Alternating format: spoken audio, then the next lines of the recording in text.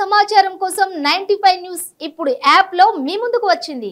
వెంటనే డౌన్లోడ్ చేసుకుని news update తెలుసుకోండి. ప్రతిక్షణం ప్రజాక్షేమం కోసం. Welcome to 95 news. ప్రతిక్షణం ప్రజాక్షేమం కోసం నేను మీ మాదిరి. ఈ రోజు మనం గాంధీ భవన్ లో ఉన్నాము. మనతో పాటు ఇక్కడ కాంగ్రెస్ మహిళా అధ్యక్షురాలు సునీతారావు గారు ఉన్నారు. ఇప్పుడు వారితో మాట్లాడేద్దాం. మేడం, మీ ఆనందం అయితే అంబరాన్ని అంటుతోంది. మిమ్మల్ని అందరినీ చూస్తే తెలుస్తుంది. తీన్మార్ డాన్స్ లో చాలా హుషారుగా ఉన్నారు. కారణాలు ఏంటి? కాంగ్రెస్ గెలిచిందనా, ఈరోజు సోనియమ్మ బర్త్డే అనా, లేదంటే ఆర్టీసీ బస్సు ఫ్రీ అన్న, మన మహిళలకు బస్సులు ఫ్రీ? మొట్టమొదటిగా అయితే సోనియా గాంధీ గారికి జన్మదిన శుభాకాంక్షలు. ఆ బంగారు తల్లి 100 ఏళ్ళు చల్లగా బతకాలని కోరుకుంటాం. రాష్ట్ర మహిళా కాంగ్రెస్ అధ్యక్షురాలుగా ఈరోజు మేము ఇక్కడ సంబరాలు చేసుకుంటున్నామంటే కాంగ్రెస్ పార్టీ ఈరోజు మళ్ళీ ప్రభుత్వాన్ని ఏర్పాటు చేసింది. ఇదే కాకుండా ప్రజల సంక్షేమం కోసం మొట్టమొదటి గ్యారంటీ మహాలక్ష్మి స్కీమ్లో బస్ ఫ్రీ అనేది అయితే చెప్పామో, మహిళలకి ఈరోజు డిసెంబర్ 9న వారి బర్త్డే సందర్భంగా ఈరోజు అందరు మహిళలు ఖచ్చితంగా ఫ్రీ బస్ ట్రావెల్లో తిరుగుతారు కాబట్టి మాకు చాలా సంతోషం. ఫ్రీ బస్సుల వల్ల ఆడవాళ్ళు అయితే చాలా హ్యాపీగా ఉన్నారు, కానీ కొంచెం మంది మగవాళ్ళు చాలా బాధగా ఉన్నారు. ఎందుకంటే ఏ పని లేకపోయినా సరే ఆడవాళ్ళు బస్సులు ఎక్కి తిరుగుతారేమో అని. అలాగే ఆటో వాళ్ళు కూడా చాలా ఇబ్బంది పడుతున్నారు. మాకన్నీ ఛార్జీలు అన్నీ తగ్గిపోతాయి, మమ్మల్ని కూడా చూడండి అంటున్నారు. ఏమంటారు మేడం వాటి గురించి? పేద ప్రజల గురించి ఎప్పుడు ఎవడు పట్టించుకోలేడమ్మా. ఏ పార్టీ పట్టించుకోలేదు, ఏ మగవాడు పట్టించుకోలేదు. నిజంగా చెప్పాలంటే పోతే పోయిందిలే, వస్తే వచ్చిందిలే అంటే వాళ్ళకి ధీమా ఉంటుండే. ఇప్పుడు అమ్మగారి ఇంటికి పోవాలన్నా, పుట్టింటికి పోవాలన్నా అడగాల్సిన అవసరం లేదు. అలాగితే బస్సు ఎక్కాలి, ఇంటికి వెళ్ళిపోవాలి. ఇప్పుడు అలగకుండా చూసుకోవాలన్నమాట అయితే లేడీస్.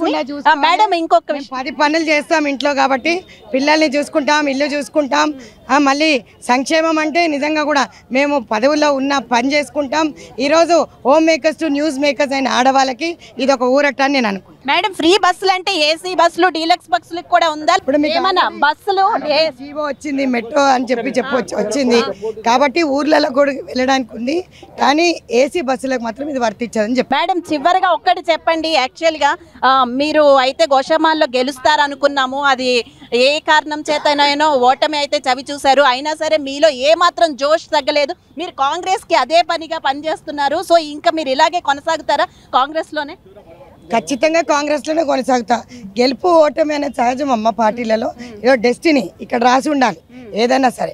కానీ రాజాసింగ్ మీద పోటీ ఎవడు చెయ్యడు అనేది ఏదైతే మాట ఉండేనో, అది ఒక ఆడది పోటీ చేసి, ఒక మహిళ పోటీ చేసి చూపించింది. మహిళలు కూడా పోటీ కాదు, రాజకీయాలలో ముందంజలో ఉన్నారని చూపించడానికి నేను పోటీ చేశాను.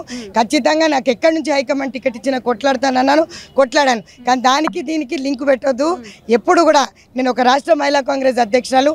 240 ధర్నాలు చేసాం, ఎడ్యుటేషన్ చేసాం. బీఆర్ఎస్ బీజేపీ పార్టీ అగేన్స్ట్ ఈ ధరల గురించే కానీ, గ్యాస్ ధరల గురించి కానీ, సబ్సిడీల గురించే కానీ, నిత్యావసర సరుకులు తగ్గించడానికి కానీ ప్రతి దానికి మేము ధర్నా చేసాం. కానీ ఒక్క రూపాయి తగ్గించకపోగా ఈరోజు నిజంగా కూడా వాళ్ళు ప్రజల నడ్డి విరిచింది, పేద ప్రజల నడ్డి విరిచింది. కాబట్టి ఈరోజు వాళ్ళకి ఓటు ద్వారా ప్రజలు బుద్ధి చెప్పినారు. రాబోయే కాలంలో ఒళ్ళు దగ్గర పెట్టుకోకపోతే ఎవరికైనా ఇదే రిజల్ట్ వస్తుందని చెప్పి బస్సులో ప్రయాణిస్తారా? ఫ్రీ బస్ ఇప్పుడు వెళ్తున్నాము. దానికే మహిళా కాంగ్రెస్ సోదరుమణులు అందరూ కూడా ఫ్రీ బస్సు పోవడానికి వెళ్తున్నాం. ఎక్కడికి వెళ్తున్నారు మేడం? అసెంబ్లీ దగ్గరికి. అసెంబ్లీ దగ్గరికి.